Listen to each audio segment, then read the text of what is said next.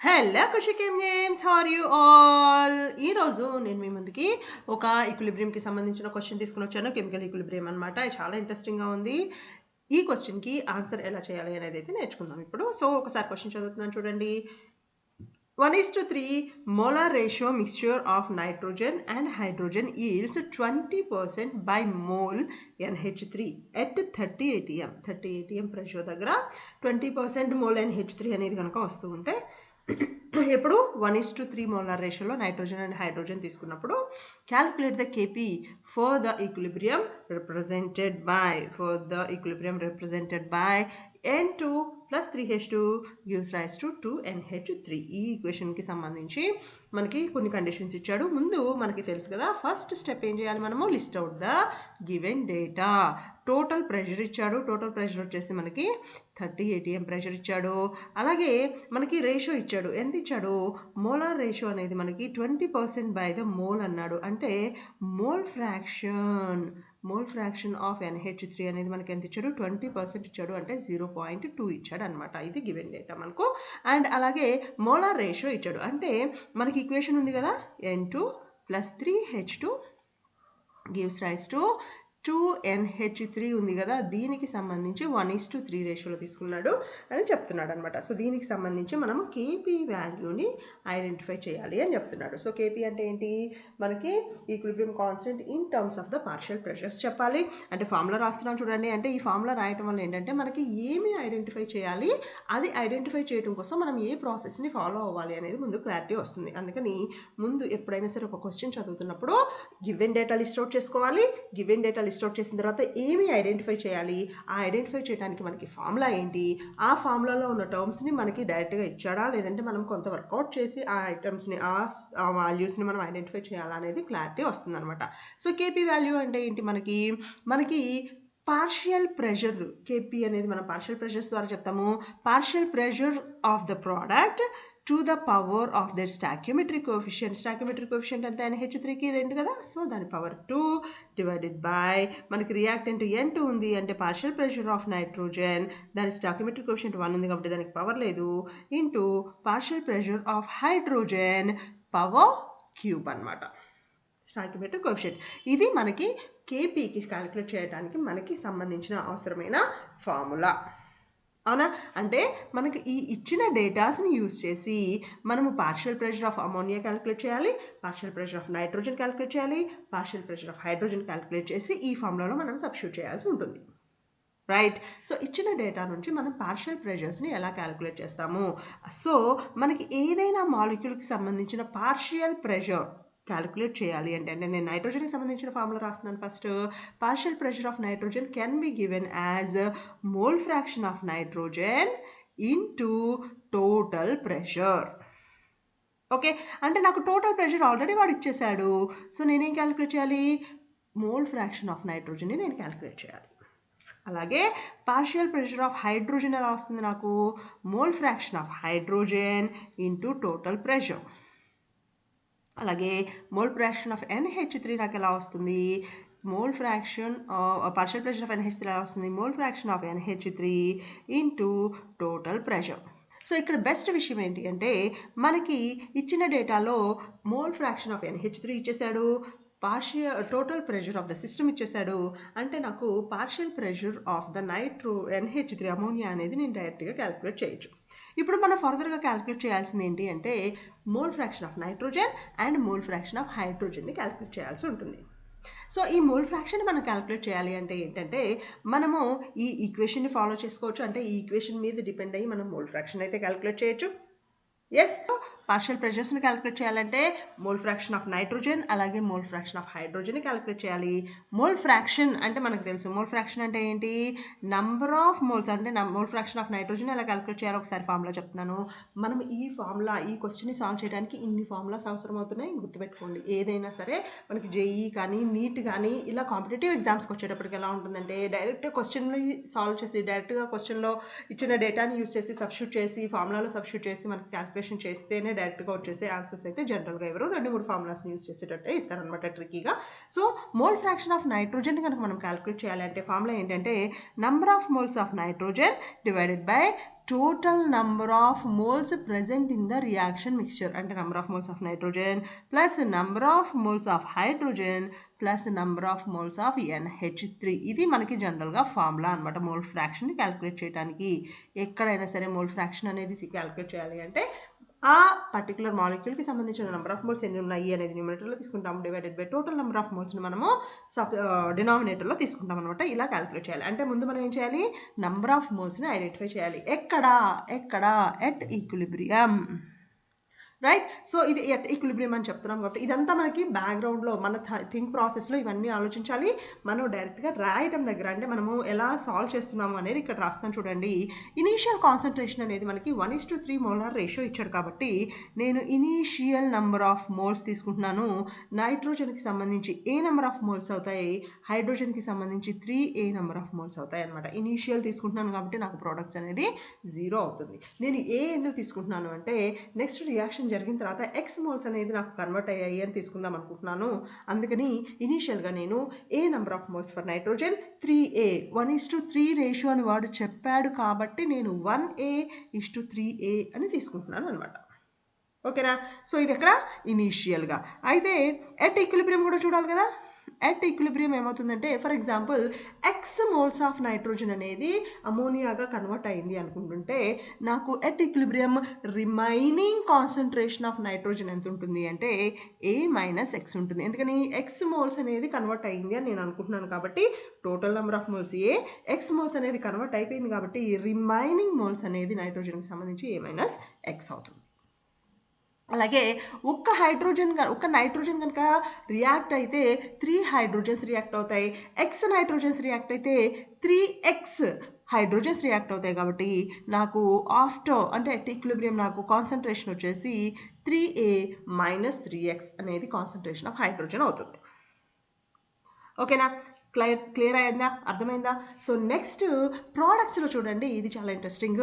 ఒక్క నైట్రోజన్ కనుక కన్జ్యూమ్ చేస్తే, ఒక్క నైట్రోజన్ మాలిక్యూల్ కనుక రియాక్ట్ అయితే నాకు 2 మాలిక్యూల్స్ ఆఫ్ NH3s వస్తాయి.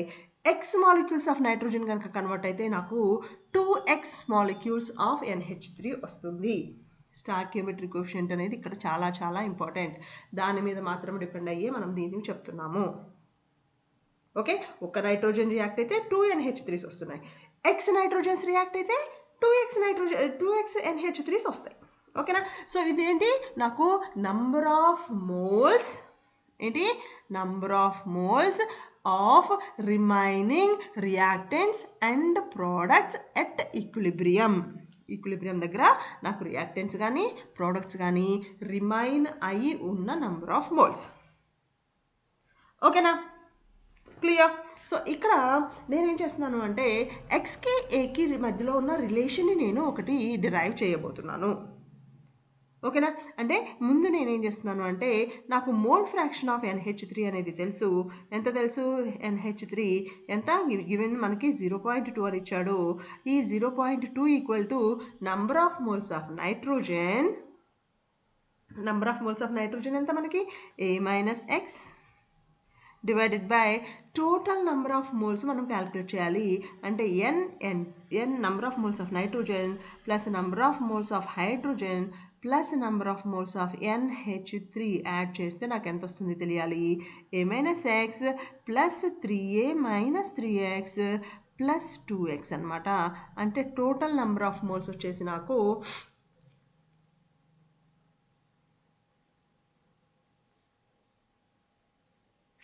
టోటల్ నెంబర్ ఆఫ్ మోల్స్ వచ్చేసి నాకు ఎంత అవుతుంది చూడండి.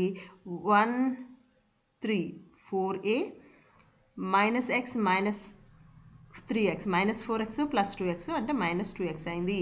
ఇది నాకు టోటల్ నెంబర్ ఆఫ్ మోల్స్. అంటే నేను ఎప్పుడైతే mole fraction of NH3 calculate చేస్తున్నానో a-x divided by 4a -2x అవుతుంది.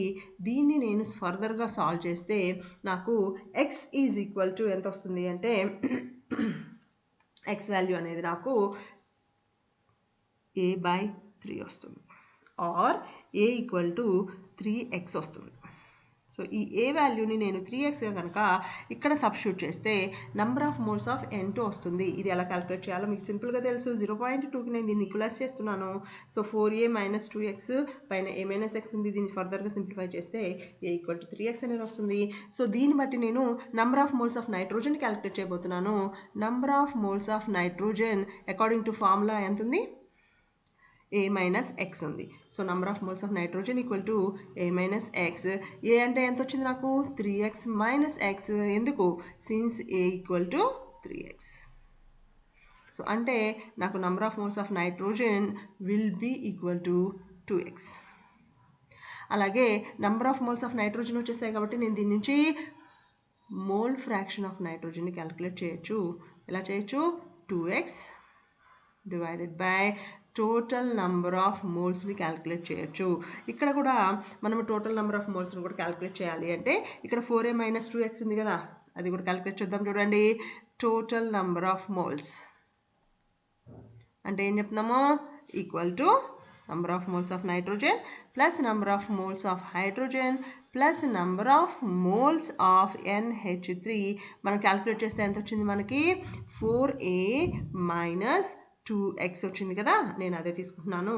4a minus 2x, a అనేది నాకు 3x వచ్చింది కాబట్టి నాకు 4 into 3x minus 2x అంటే 12x minus 2x అంటే నాకు ఇది 10x అనేది టోటల్ నెంబర్ ఆఫ్ మోల్స్ అయింది.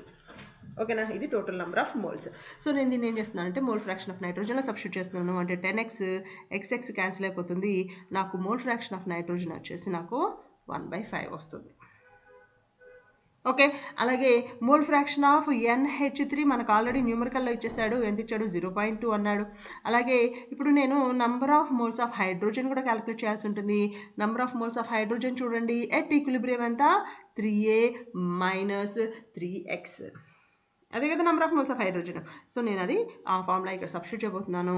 3a minus 3x అంటే 3 into 3x minus 3x అనమాట.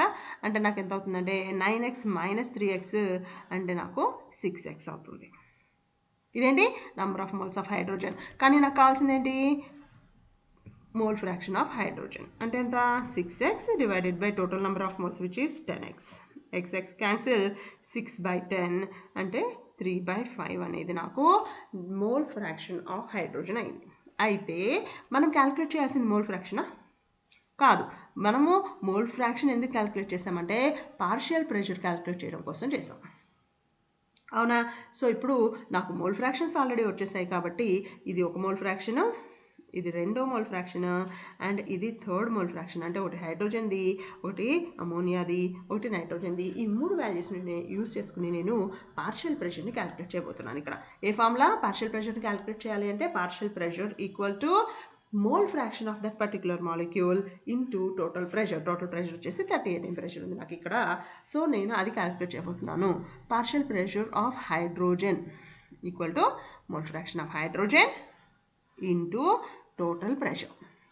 So mole fraction of hydrogen ఎంత? ఇప్పుడే జస్ట్ క్యాలిక్యులేట్ చేసాం కదా. Mole fraction of hydrogen equal to 3/5. So equal to 3/5 into 6. 30 కదా, 30 కదా, 30 atm ప్రెషర్ అన్నాము, 30 atm ప్రెషర్ అన్నాము. సో 30 అనమాట. ఎస్, అంటే 3, 6, 18 పార్షియల్ ప్రెషర్, 18 atm ప్రెషర్ అనేది వచ్చింది. సో అలాగే పార్షియల్ ప్రెషర్ ఆఫ్ నైట్రోజన్ తీసుకుంటే mole fraction of nitrogen into PT. Mole fraction of nitrogen అనేది మనకు 1/5 వచ్చింది ఇంటూ 30 అంటే 6 atm ప్రెషర్ వచ్చింది. అలాగే పార్షియల్ ప్రెషర్ ఆఫ్ NH3 కనుక తీసుకుంటే mole fraction of NH3 into total pressure. Mole fraction of NH3 మనకి న్యూమరికల్లోనే ఇచ్చాడు, 0.2 ఇంటూ 30. ఇది కూడా మనకి 6 atm ప్రెషర్ వచ్చింది.